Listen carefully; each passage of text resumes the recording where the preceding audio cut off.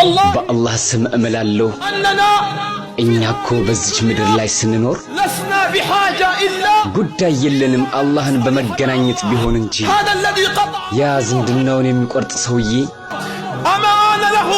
አላህ ጋር እንደማይገናኝ ያስባልን? ያ ሰውዬ እኮ ሰዎቹን ሌሊትም ቀንም ከወለድ የሚመግብ ከአላህ ጋር አልገናኝም ብሎ ያስባልን? ያ በንግዱ ላይ የሚያታለል ሰውዬ አላህን እገናኘዋለሁ ብሎ አያስብምን? በሰዎች ጉዳይ ላይ የተሾመው ሰውዬና ሐኪሙ ሰዎችን በዙልም የሚያስር ሰውዬ ሰዎችን በዙልም የሚገድል የሰዎችን ቀለብና ገንዘብ የሚሰርቅ በሌሊትም በቀንም አላህ ዘንድ እገናኛለሁ ብሎ አያስብምን?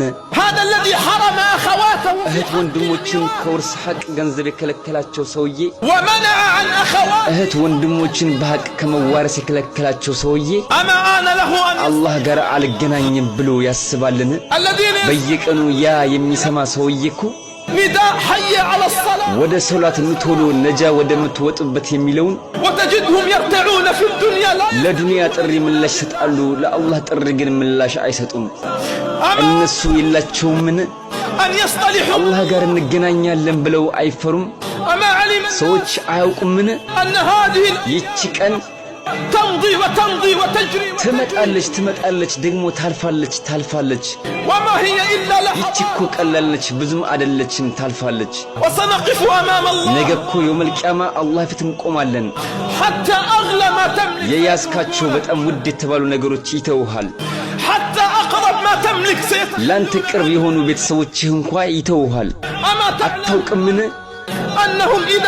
በተሸከሙን ጊዜ እነሱ ተሸክመውን በሄዱ ጊዜ ተሸክመው ወደ መቃብር ሆድ በሄዱ ጊዜ በእኛ ላይ አፈር በጫኑብን ጊዜ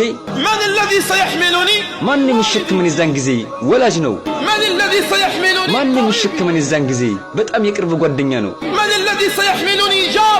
የዛን ጊዜ የሚሸክሙን እኮ ጎረቤታችን፣ ወዳጆቻችን፣ ጓደኞቻችን ናቸው። ይሄ መልእክት ከአላህ ነው ለኔም ላንተም። ለኛ እኮ ዱንያ ላይ የሚቀርልን የለም አላህ ቢሆን እንጂ ሰዎችም ቢሆን እንኳ ለኛ ለልባችን ቅርብ የሆኑ ሰዎች ቢሆኑም እንኳ አንድ ቀን እኮ በእኛ ላይ አፈር ጭነውብን ጥለውን ይሄዳሉ። ለትንሽ ጊዜ ነው እንጂ እኔም እናንተም ሁላችንም እንረሳቸዋለን። አንድ ቀን፣ ሁለት ቀን፣ 3 ወር፣ 2 ወር ነው እንጂ ሁሉም ሰዎች ይረሱናል፣ አላህ ግን አይረሳንም። ብናኝ ታክል ኸይርን የሰራ ሰው ያችኑ ያገኛታል። ብናኝ ታክል መጥፎ የሰራም ያችኑ ያገኛታል። አላህ ፊት ከመቆም ደግሞ ምንም ቅሮት የለብንም።